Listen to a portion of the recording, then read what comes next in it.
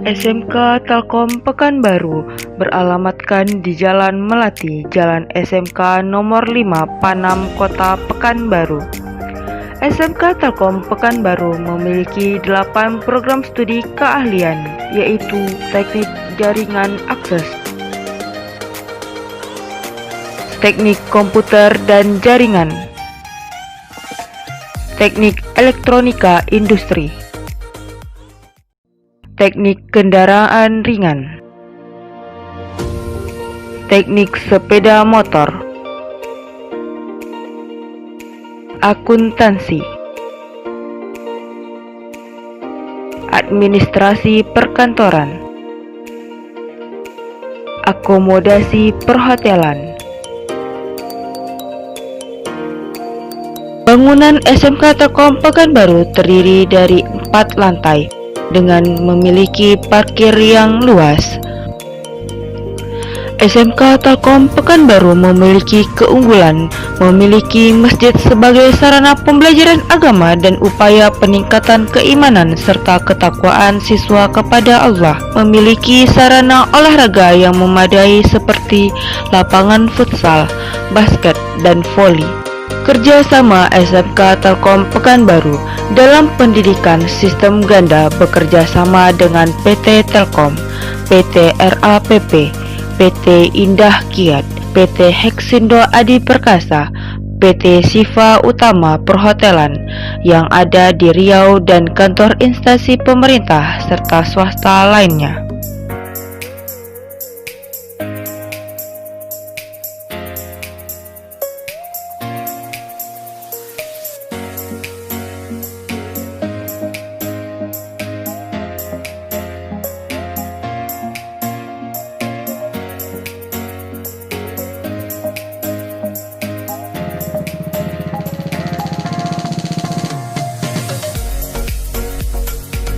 SMK Telkom Pekanbaru memiliki segudang prestasi dan beberapa ekstrakurikuler, yakni Paskibraka,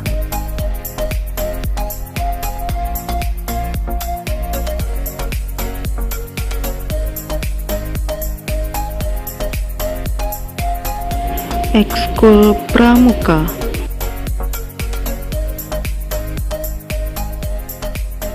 olahraga futsal, olahraga basket, ekskul renang, ekskul tari,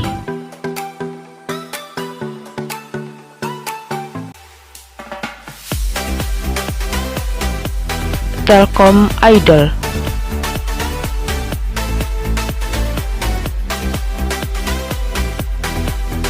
kegiatan OSIS,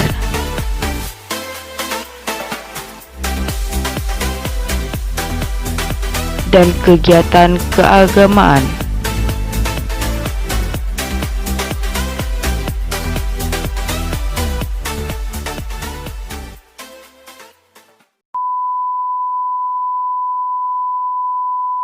Warahmatullahi wabarakatuh. Perkenalkan, saya Ibu Karim, mahasiswa PLP Pendidikan Matematika Universitas Riau.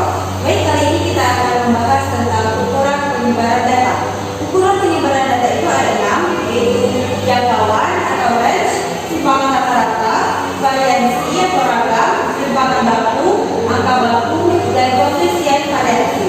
Pada video kali ini kita akan membahas tentang jangkauan atau range. Berikut pembahasannya.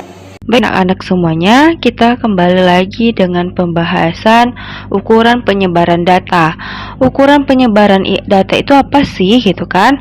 Nilai penyebaran data itu adalah suatu nilai yang menunjukkan seberapa jauh nilai pengamatan tersebar di sekitar nilai rata-ratanya.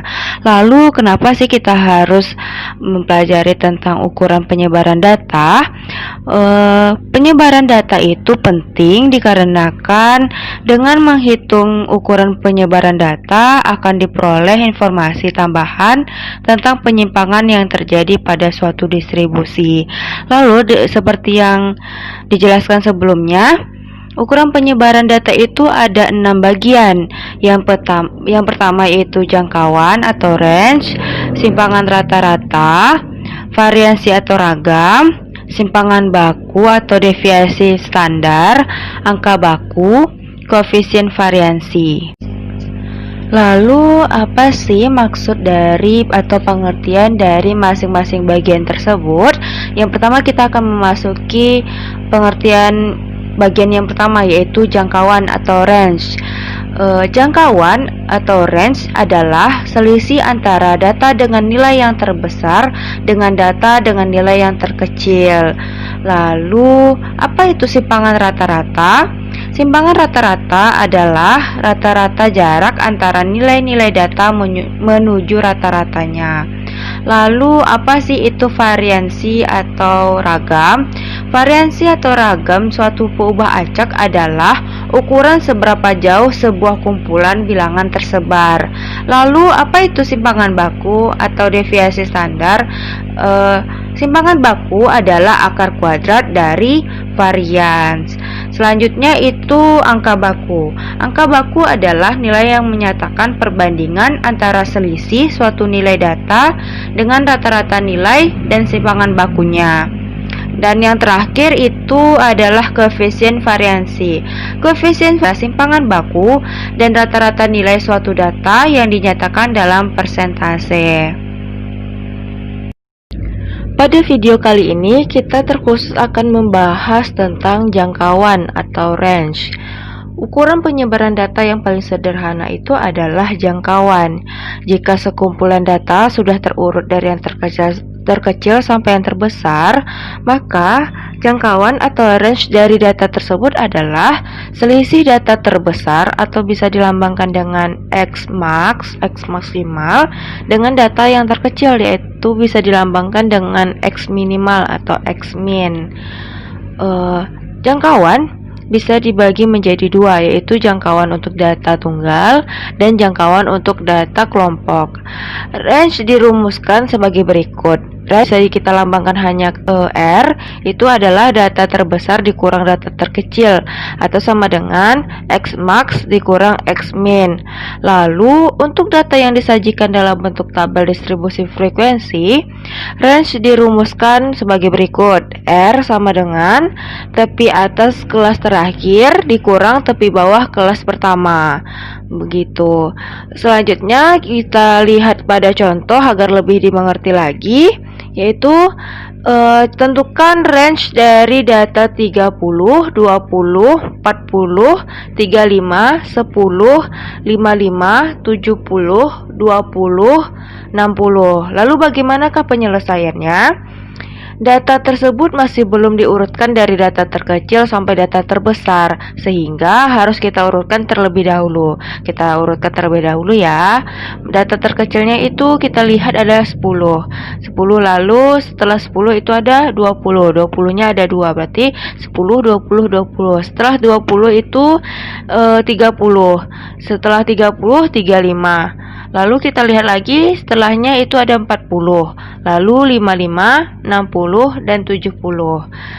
Berdasarkan data yang sudah terurut tadi, diketahui X maksimalnya itu adalah 70 dan X minimalnya itu adalah 10, sehingga R itu sama dengan 70 dikurang 10 sama dengan 60. Jadi range data tersebut itu adalah 60. Dan agar lebih melatih kepandaian kita dalam menghitung jangkauan atau range, ini ada latihan. Tentukan jangkauan atau range dari data 75, 35, 50, 40, 20, 35, 15, 40, 35. Begitulah tadi penjelasan tentang jangkauan atau range. Video saya pada kali ini